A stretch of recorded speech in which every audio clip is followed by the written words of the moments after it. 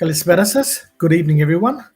Let me start by respectfully acknowledging the traditional owners of the land on which we gather, the Wurundjeri people of the Eastern Kulin Nation, and we pay our respect to their elders past, present, and emerging. Welcome to tonight's online seminar, which will be delivered by Dr. Stelios Michalopoulos, Refugees in the Mediterranean, Political Consequences. Allow me to go through some housekeeping items before we venture into tonight's seminar. We'd like to thank the sponsor of tonight's seminar, Evstratia Papadopoulos, and I invite you all to become sponsors of a seminar of your choice. It's only a tax-deductible $100 donation. Next week's seminar on the 11th of August is also online, and it's by Assistant Professor Stefanos Katsikas on proselytes of a new nation, Muslim conversions to Orthodox Christianity in modern Greece, 1821 to 1862. This seminar was originally scheduled for mid-June, but the speaker fell ill. Fortunately, has recovered, and we've been able to reschedule it for next week. And just a reminder for those that will have any questions during our Q&A interval, simply submit them to the chat or comment section on Facebook or YouTube. Now let's return to tonight's seminar, Refugees in the Mediterranean, Political Consequences. Although Greece in the last few decades has become a destination and a receiver of migrants and refugees, for significant periods of the 20th century, it was known for its outward migration. The turbulent period of the early 20th century, beginning with the Balkan Wars, the Great War, and the Greco-Turkish War in Asia Minor, which led to population exchanges between Greece and the Ottoman Empire, significantly impacted metropolitan Greece. More than 1 million Christian Greek refugees descended upon mainly urban but also rural areas in Greece. All this occurred with the state apparatus and government institutions under-resourced, ill-prepared, and incapable of dealing with such a massive influx. Slums, relocation camps, and refugee settlements became the order of the day. But what was the political behavior of these refugees? What influenced their political choices? How did their political consciousness evolve over time? These are some of the issues that will be discussed by our speaker tonight, Professor Stelios Michalopoulos. Professor Michalopoulos is a native of Argos in the Peloponnese. Argos is one of the oldest continually inhabited cities in the world. Stelios holds a BA and MSc from Athens University of Economics and Business and a PhD in Economics from Brown University in the US. After completing his doctorate in 2008, he joined the Department of Economics at Tufts University as an assistant professor. Since then, he's had a variety of roles and received numerous awards. In 2015, he became the recipient of the Excellence Award in Global Economic Affairs from the Kiel Institute for the World Economy, and also the recipient of the 2019 Bodosaki Prize in the field of social sciences. His primary research interests lie in the intersection of political economy, culture, growth, and comparative development. Stelios, once again, thank you for accepting this invitation. The floor is yours. Nick, thank you so much.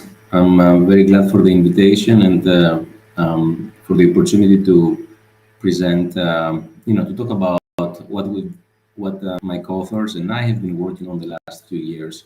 It's, I think it will be of interest.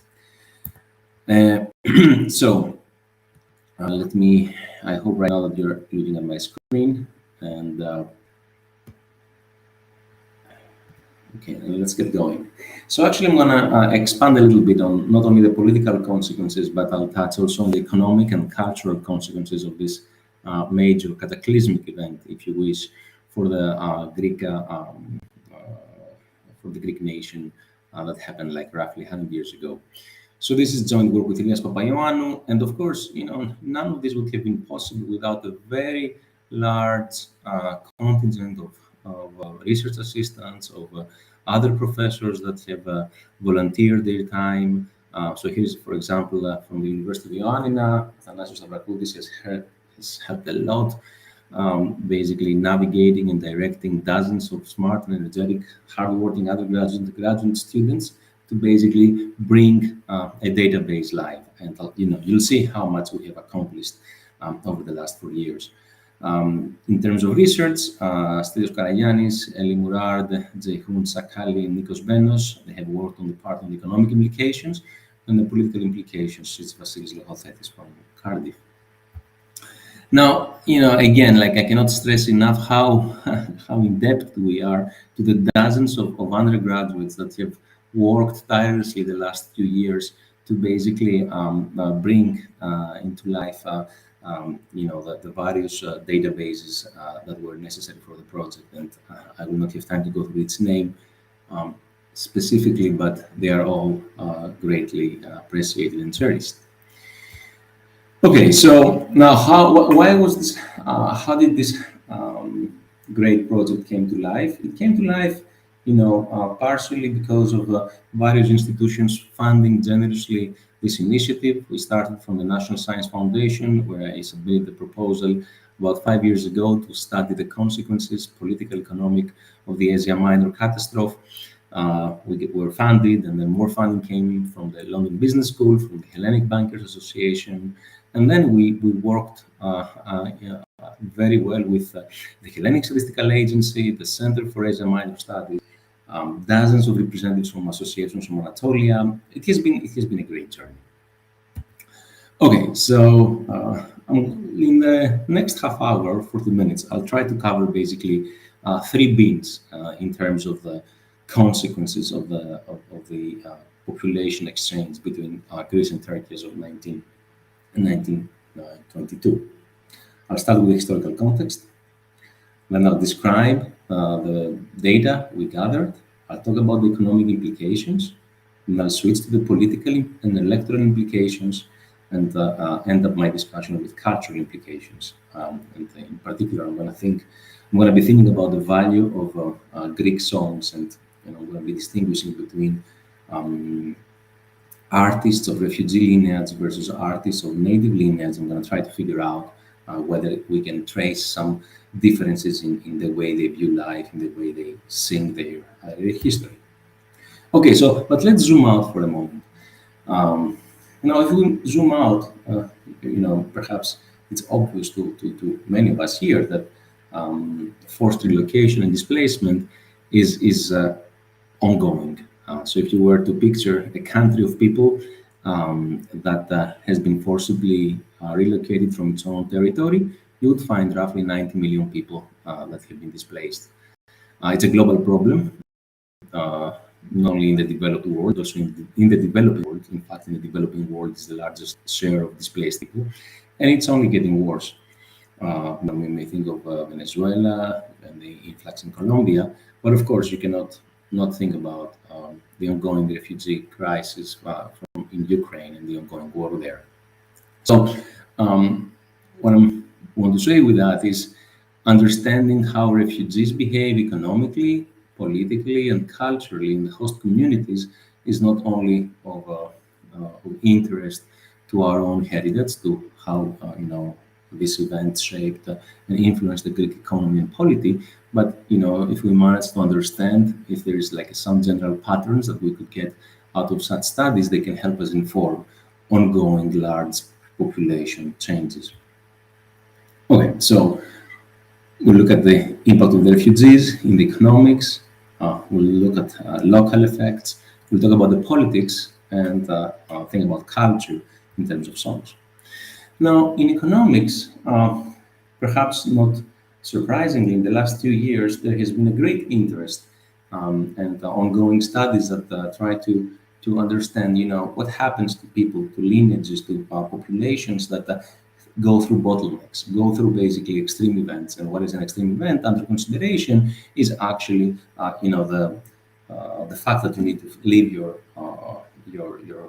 place of birth or your place of residence within a very short period of time and resettle and restart from scratch.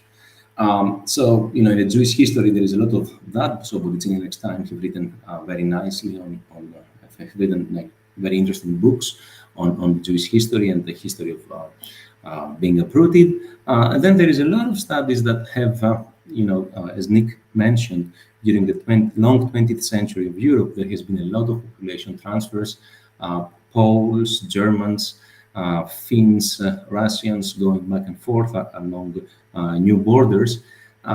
So there is actually a lot of new research that tries to follow refugees and their descendants and see how they integrate or not with the local communities. Okay, now you may ask, like, Stelios, why do we need Why do another study on the economic or political outcome of the Greek population transfer? If anything, there is like dozens or even hundreds of case studies that actually study uh, uh, the specific destination, the specific history of people from a given village in Asia Minor, where they landed in Greece, and their histories. But we want to zoom out from these case studies. We want basically to take a headline number, and that's the goal of this exercise, to actually trying to take these case studies, move into data. So it's like thinking about history in a more quantitative fashion, and trying to make some broad strokes arguments, understanding that we will lose a little bit or a lot of the nuances that have taken place at the local level. So it's like moving from case studies to big data and machine learning. And we would like to basically re-examine Greek history with data and credible identification. So we want to move beyond ideology or beyond kind of very strong priors, and let the data tell us what actually the truth is. Okay, so what's the context? The context is, Balkan Wars, and this is now the last Ottoman census in 1914 that depicts at the district level the share of the Greek population in 1914. And you see the three clusters here: Greeks in Asia Minor and Western Thrace, um, Cappadocia, and Pontus. These are like the main Greek communities. 8 years later, a tsunami of people will actually crash on the shores of the Greek state. So a little bit of history, but already nicely Nick summarized. We have World War I. We have significant territorial gains of Greece in the 1910s during the Balkan Wars. We get Macedonia, Epirus, and Western Thrace. There is expansion of Greece in Asia Minor, in Eastern Thrace, and with the Treaty of Sevres in 1920. This is like the point in the recent history of Greece that it attains its largest territorial extent. Hostilities will start with New Turks in 1919, and they will be ongoing. In 1922, Greece will lose the war. There will be the Treaty of Lausanne in 1923, where the main signatories, will be from Greece, Eleftherios Venizelos, and from the nascent Turkish state, Kemal Atatürk, and will be the establishment of the Turkish Republic. So as a result of this treaty, there will be forced population transfer between Turkey and Greece. Now, it's an interesting observation here that up to that point, how winners and losers would settle the accounts among the different groups. Usually they would do a genocide.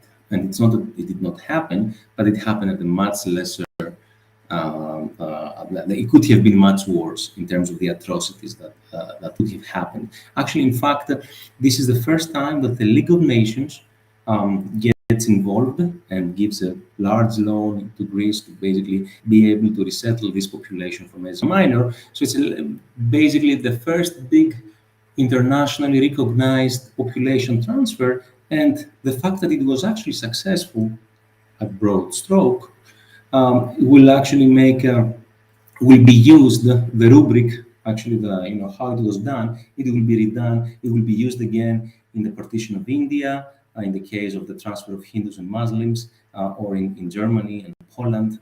So actually, it is, in the grand scheme of things, the specific instance of population transfer between Greece and Turkey will have a beneficial impact on subsequent population transfers.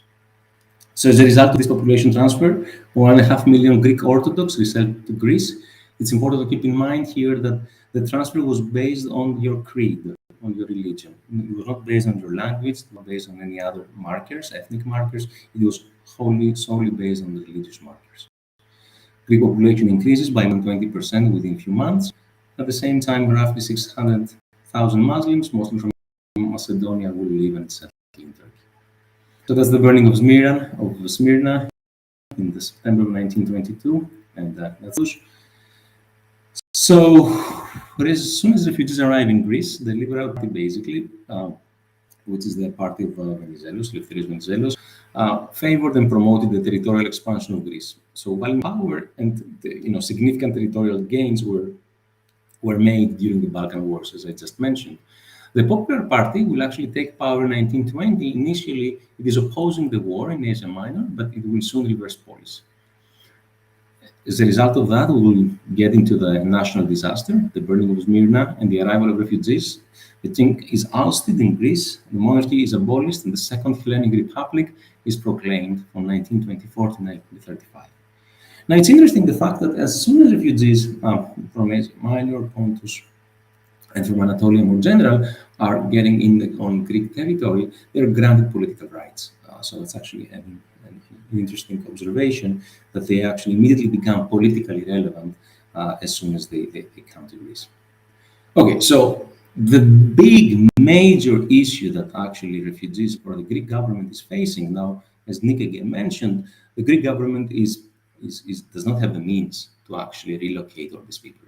It doesn't have the means to support them, doesn't have the means to house them. Nevertheless, there's 1.5 million people that need to be basically that need help, at least in the short run, and somewhere to stay. So there's two major problems. These are the urban settlements and the rural settlements. There's the urban refugees. Now, when I say urban refugees, I mean urban by the choice of residence.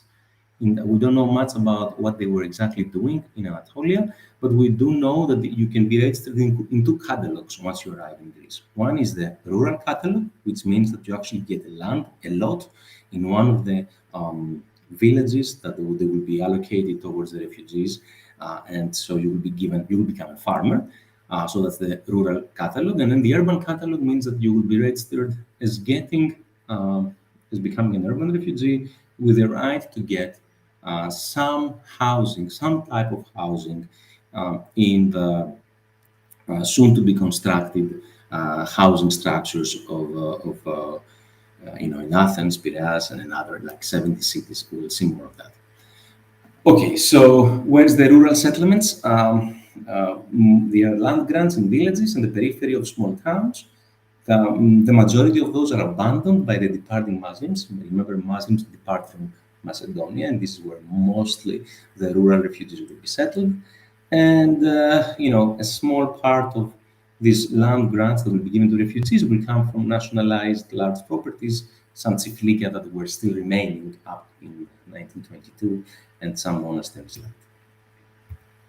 Okay, so what is the data that we got together? So we have all this great team of RAs and friends, basically, because once you work with the same people like for more than a year, they eventually become friends more than RAs. So here's what we put together. So the only census that actually distinguishes between whether you are a refugee or not is the 1928 census, where basically we have information on refugees and natives across roughly 12,000 settlements, choria. What we have done, which took a lot of time, was to actually link those settlements over like the next 100 years, practically up to date. Thousands of administrative changes have taken place, as you might imagine, mergers, splits, new settlements. We dealt with that. The second bit was to get actually the exact neighborhoods, the exact basically blocks in the cities where refugees were given apartments or were given some land to settle. Where this data come from the League of Nations archives in Geneva, where Vasilis Logothetis went there and spent several days trying to figure out what we can get. From the Greek General State Archives, but as well as secondary sources, books, journals, refugees' descendants, interviews, so on and so forth. Elstat was very generous in providing basically a lot of the information about the early censuses of 1907, 13, 20, 28. We have to link them, of course, over time. But we also get micro samples, which means like starting in 1971, we actually have 10% of the population information on 10% of the population, where they are, what are they doing, what is the level of education, occupation. So we'll be able to compare basically villages of refugees to villages of natives. So the rural catalog, or Κατάλογος Αγροτών Προσφύγων, has, roughly speaking, 250,000 family names. So we have information on Michalopoulos, He came from Gemlika. This family came from Gemlika and was settled and got a land grant in Chios, let's say in Peloponnese. So this is fully digitized,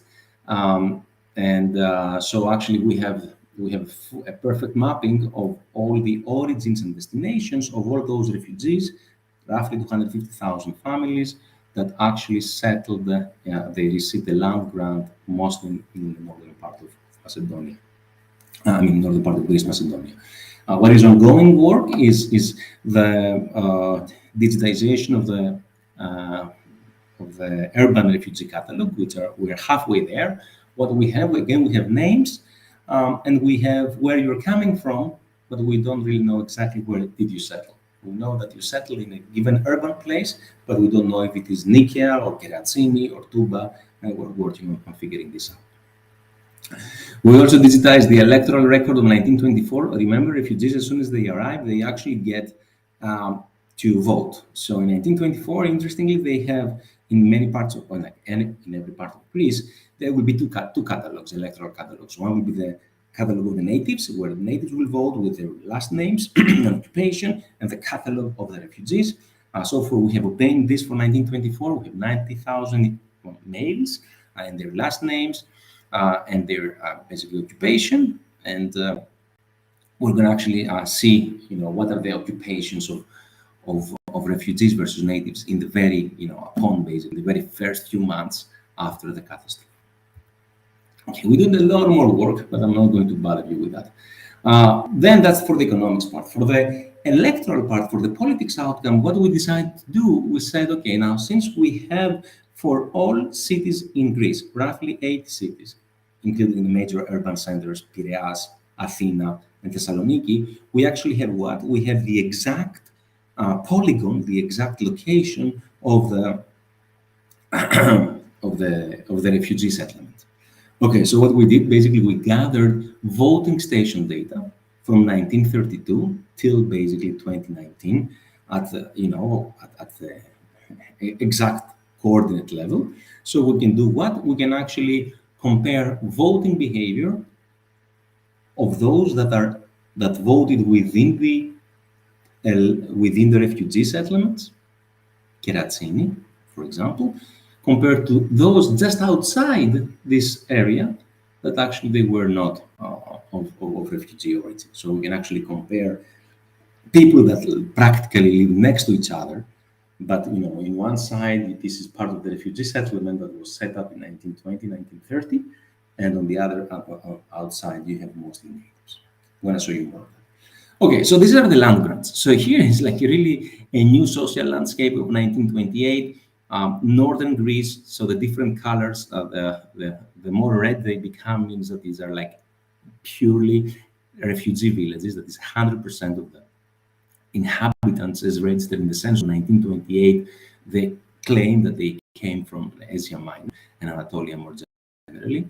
And there is some variation also in the south. So you would have Chios in like next to Argos. This is actually my motivation came in because Chios from Argos is just like 3 kilometers away, and it was very interesting that they had their own histories, their own fiestas, their own panegyrias. So it's actually they had a distinct identity, which was unlike that of the inhabitants of Argos or of other native places.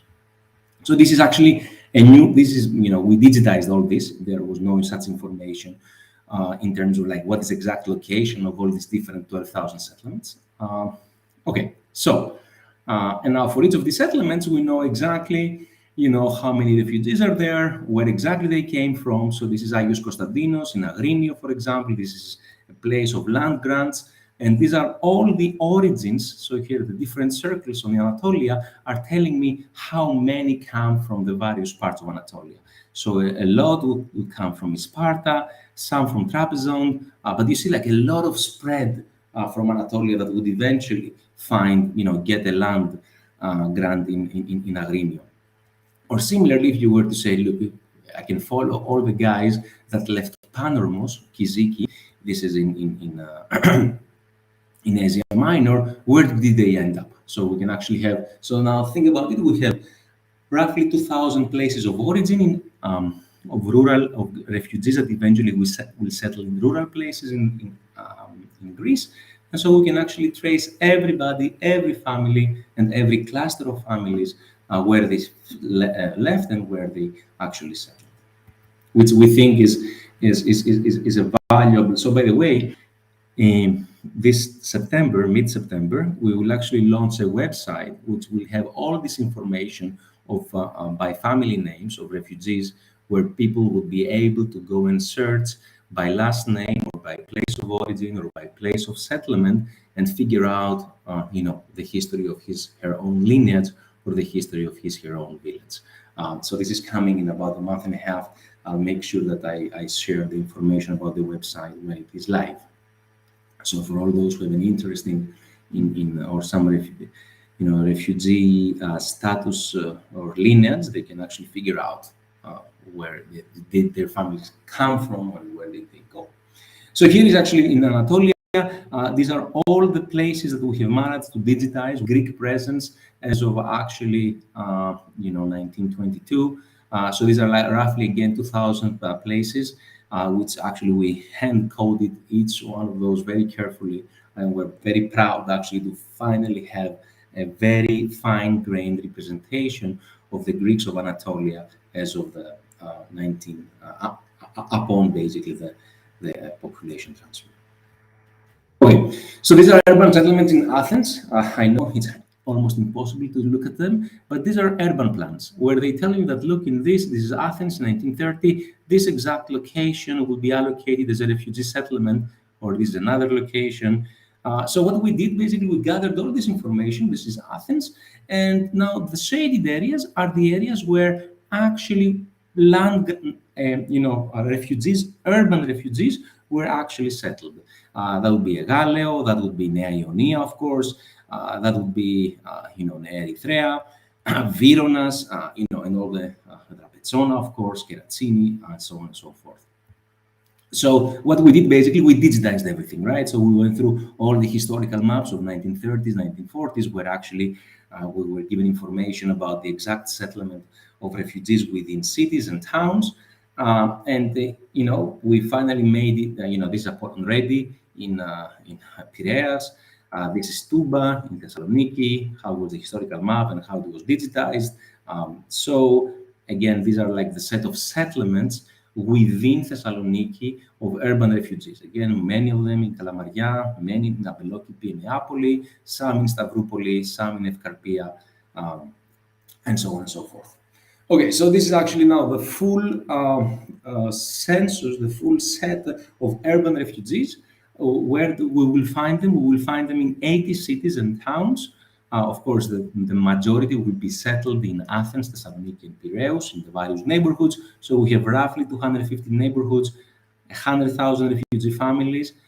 40% will be in the census of 1927. In the urban census, actually, the nations will classify them as, these are refugee families that live in permanent houses. Now, another 26,000 will be in semi-permanent houses, which the definition is that you can actually stick around there for a few more months. And then, about 35,000 families will be in favelas, which is actually, just like shanty towns. Okay, I know I'm taking a lot of time. I'm just going to make sure 5:30. Okay, so let's take another 15 minutes and talk about what are the main findings. But I want to make sure that we're all on the same page, that there is a lot of information here that we have for the first time put in a, let's say, systematic manner, and it will become available to everybody starting with September in this website we're building. Okay, so economic impact. What happened? So, talking about the economic impact, immediately people are starting thinking about, how can you make the comparison, right? How can you actually show us how refugees are behaving compared to natives? So here's what we thought. We said, okay, now let's look at all those villages where actually, so the red villages here are villages where like roughly 90% of inhabitants as of 1928 are refugees. And we were saying, okay, let's do the following comparison. Let's take these villages and take the nearest villages that are of native origin. So that is actually guys that did not go through the same experience. And let's look at their outcomes over time. Okay, so these are actually comparison of nearby villages. These are overall very small villages, about 400 people. They start, this is now what I'm plotting here is the population of each of these villages on average. In 1920, they're very similar. There are roughly 300 people, inhabitants in each village. In 1928, because of the population exchange, there will be more people in refugee villages, but not many more, like roughly 400, with again 300 being the typical village of natives. And this gap will actually remain for like up until 2011. Okay, so this is now the comparison. So now here is actually one headline graph that I would like you I will just spend 1 minute telling you what's going on here. So what is the orange line? The orange line is, okay, so on the on the horizontal axis, these are birth cohorts. So these are all people that were born in these refugee villages before 1899. Now this cohort is between 1899 and 1903, and so on and so forth, up to basically 1970s. Now the vertical axis is where we have, it's a measure of literacy. What is the share of people that are born in this cohort? In the orange places is the refugee villages. In the black places is actually the adjacent neighboring native villages. What you actually see here, this is all a comparison among small villages, not in Athens, Thessaloniki, Piraeus, and the big town. These are actually nearby villages where like one village was 100% refugee of 300 refugees, and 2 kilometers down the road, it will be a native village of only natives. So what we actually see here is that the first cohort, those that actually arrived, those that were born like up to 1909, 1913, these are actually the guys that are born in Anatolia, and they will come to Greece as a result of the population exchange. And you see here actually the increase in literacy for the cohort that was impacted by the population exchange. So these are the guys that are born in the 20s. And these are the guys now that will actually get more education, more literacy than the natives next door, which is actually very interesting, right? So this is a change in behavior. You see like natives, like refugees that are arriving in these villages, at the beginning they're less literate, but within a few years, their descendants they will actually catch up, and not only catch up with the natives, they will actually overtake the natives. And, by the 70s, of course, everybody's literate, so that's no longer a relevant marker.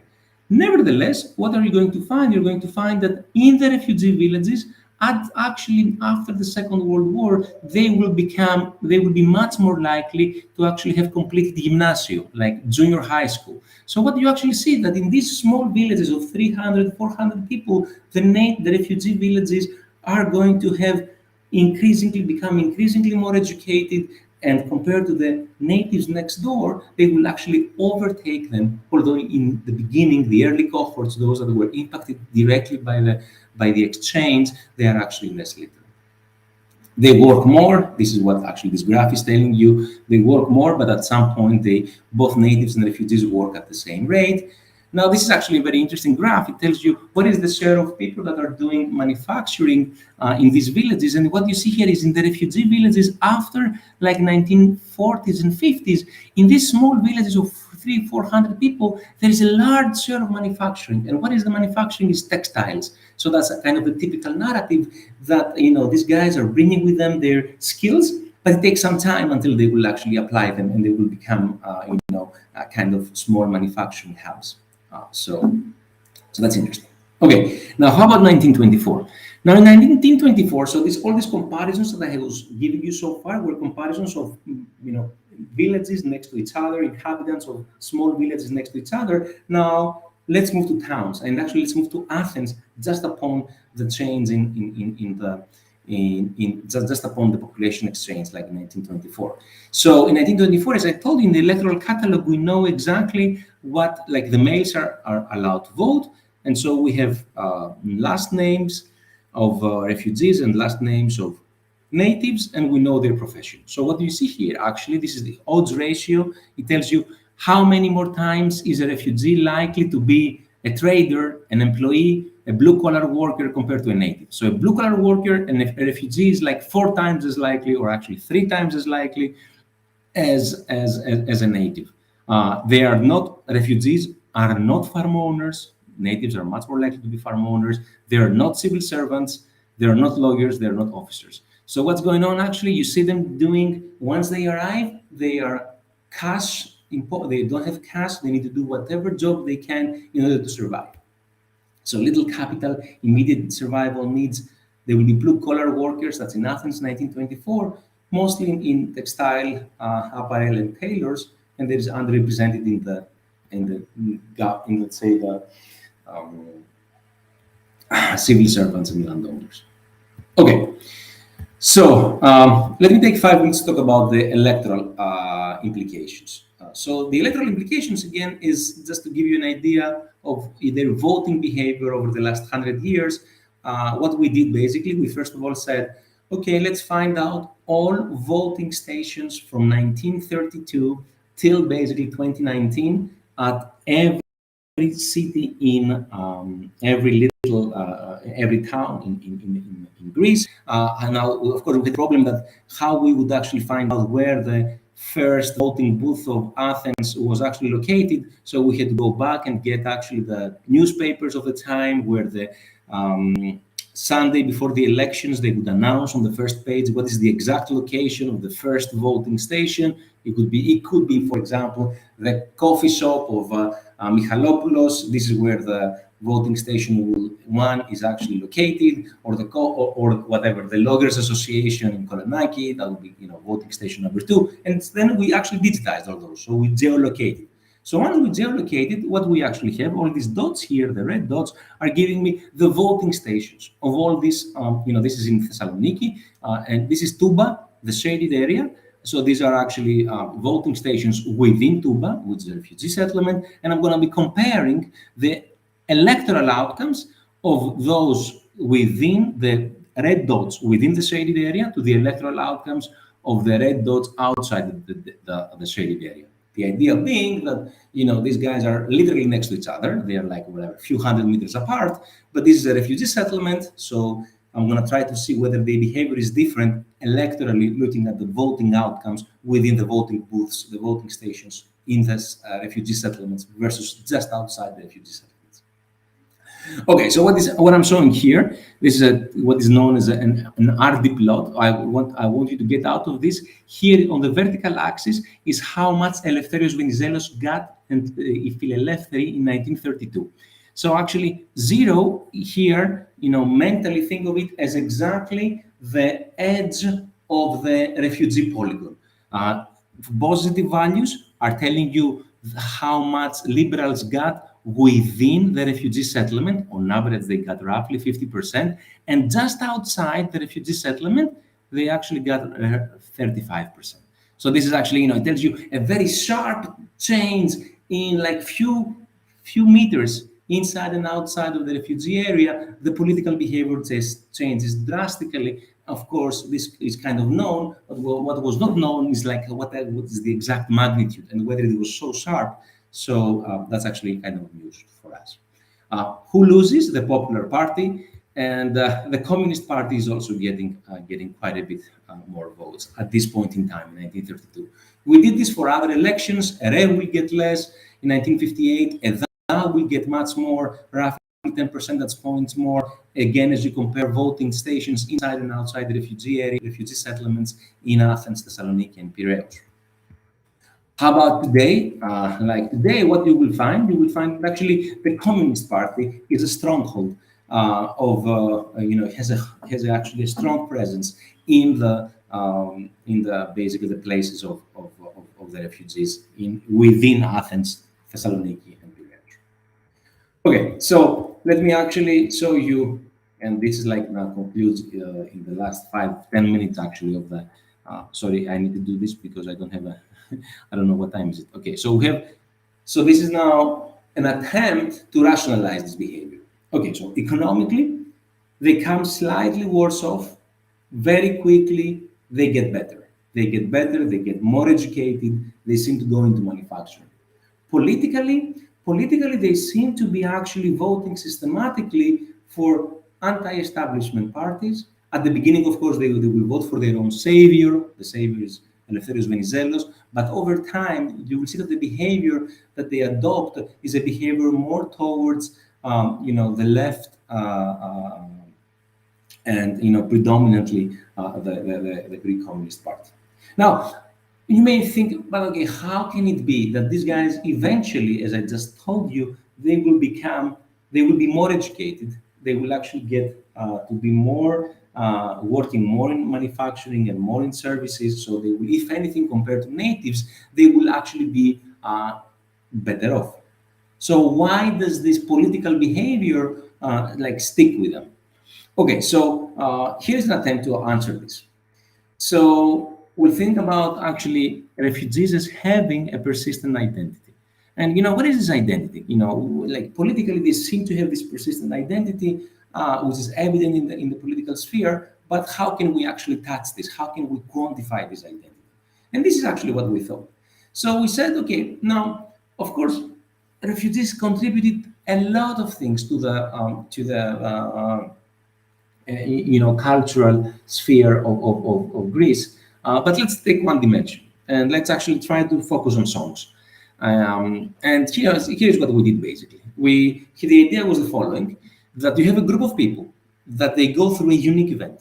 What is the event? The event is of forceful displacement and having to set a new environment amidst adversity. So what is the key? That you have trauma that takes place not at the individual level, but at the group level. Now, our idea was that most likely this trauma will actually get to be immortalized in the songs of this group and cement an identity of a traumatized and a marginalized group. So what is the idea there is that you actually, although eventually you will no longer be marginalized, you will actually be, if anything, more educated and if anything, well off, better off than the rest, still this identity of having been traumatized and marginalized may keep on actually shaping and influencing your own political behavior. So the idea was that trying to look at songs, we can have a unique opportunity to look at how group level narratives and collective memories change as a result of extreme experiences. Okay, so who is this guy? This guy is a very famous guy for musicologists in the early 20th century Greece. So this is Panagiotis Toudas. He was a Greek composer and lyricist of the early 20th century. He was born in Izmir and he came to Athens upon the exchange. If anything, he was a very important figure because in 1924 he became the director of Odeon Records. So he was in charge of basically, deciding what thing will be actually published. So he worked with all major record labels, including Direct and Columbia Records, and he was responsible for many recording. So he's a very famous guy. So let's look at one of his songs. Rebetiko. He is one of the key figures in Rebetiko, the Rebetiko genre. So here is the refugee girl. It's all translated. Of course, the original is much nicer than the translation. Here is basically the whole point is like this guy remembers his origin, remembers the trauma. Don't break my heart with complaining, not my life, for I ache at your pain, kindly flame in my heart with thy sweet voice. My little refugee, as you say your words. Stop crying, my love, stop crying, and the time will come. We'll go again with joy to our beautiful country. Then, my bird, you and I will live together, and in kisses in the past will be forgotten. So, maybe you will say, look, that's the very beginning. It's not actually, at some point this will disappear. Well, let's look at another famous refugee origin artist. This is like, I'm sure you know him. This is Kazantzidis. This is 1987, and that's the song "Refugees on the Run," and that's the main theme is from the source of Smyrna and from the courts of Pontus. We arrived, uprooted in the slums. Refugees on the run, a life of injustice, piled up in sacks, drowned by need. Refugees hunted, a life of injustice. I sing our woes, I suffer and hurt. Driven from our homes, in the bitter host country, and in blood-soaked half our generation. It's like very obvious, like 50 years, it's actually, like 70 years later, the pain and the memory of the trauma is still very much alive. Now, what was actually very interesting is that at some point, I'm born in 79, and I catch myself at some point in the late 90s, in my early, late teens, I catch myself singing hip hop and actually active member. And then, doing my research now, I realized that actually Mitakis, this active member frontman, is actually of refugee origin himself. And in his first LP back in 1996, he actually has a song called Refugee. Here's like the lyrics, right? I look around again and everything seems fine. The pain is growing. Where is that sweet home of mine that has the light carved in stone, as if God has forgotten her forever? And I feel like a refugee where here I was born, like my ancestors. I'm here to wash away remorse and fulfill promises. How much more will I pay? Motherland, motherland, though you never saw it, those who never embraced you, come here, close your eyes to blows and laugh. It's a sacred cause, they always say, and to feel the light, we must always be patient.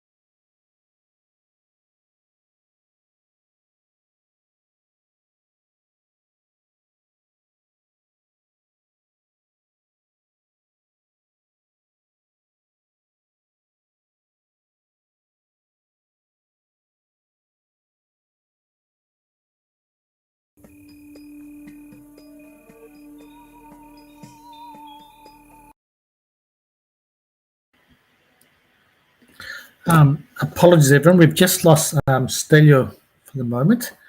He's lost his internet connection. Unfortunately, these things happen when we rely on digital delivery. Just hang on for a few minutes and we'll try and get him back online.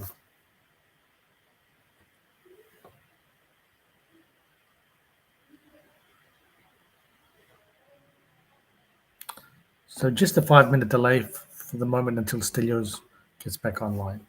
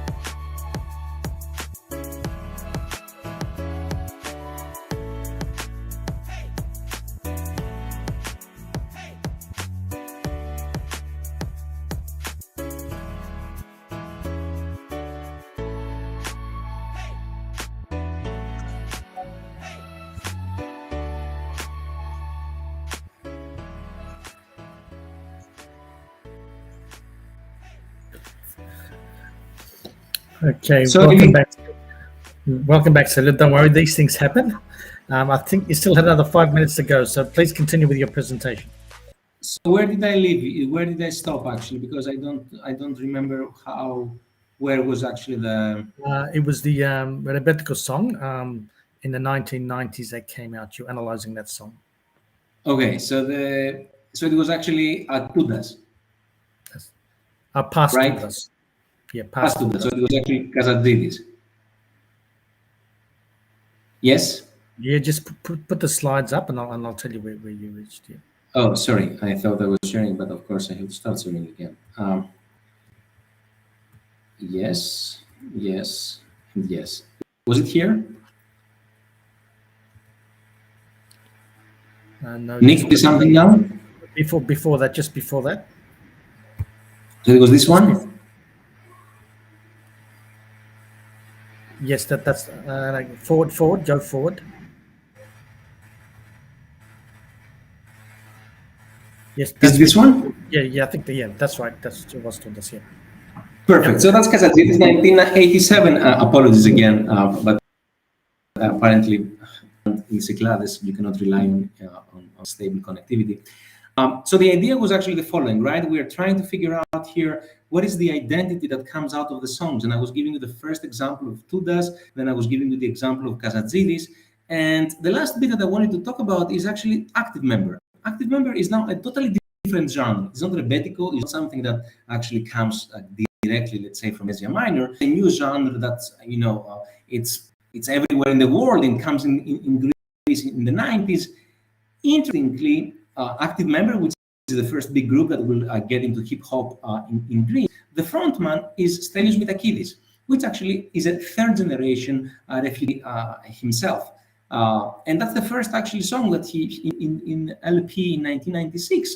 The title will be Refugee, and it will be very clear if you read the lyrics that he's still remembering the experience. Like, I look around again and everything seems foreign, it's growing. Where is that sweet home of mine that has the light carved in stone, as if God has forgotten here forever, and I feel like a refugee here where I was born, like my ancestors. I'm here to wash away remorse and fulfill promises. How much more will I pay? Motherland, motherland, though you never saw it.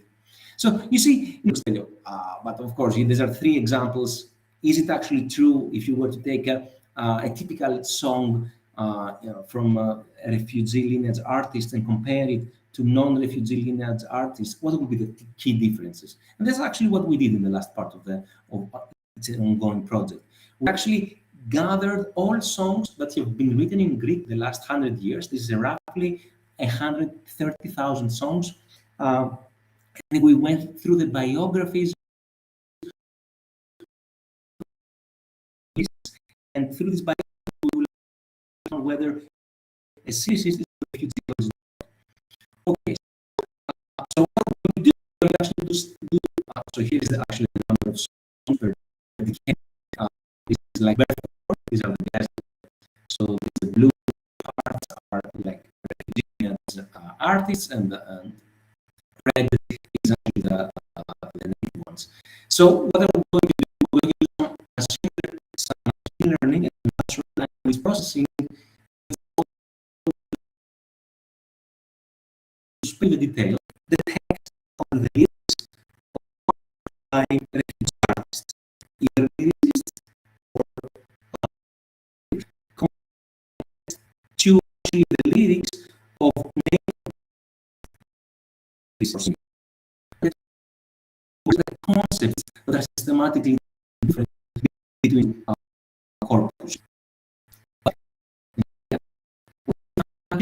is going to talk more about pain, we're going to talk more about orphans, transitive disruption, misery, and grief. They will talk about more about distress, things like crisis, that are collapsing, there is drama, there is exit, scramble. We'll talk more about power relations, like inequality, injustice.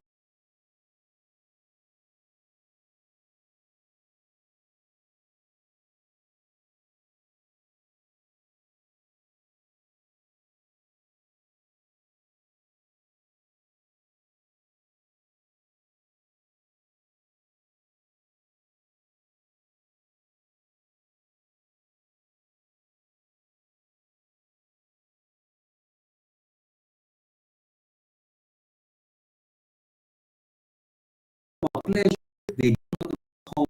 So there's much more actually, as a matter of fact,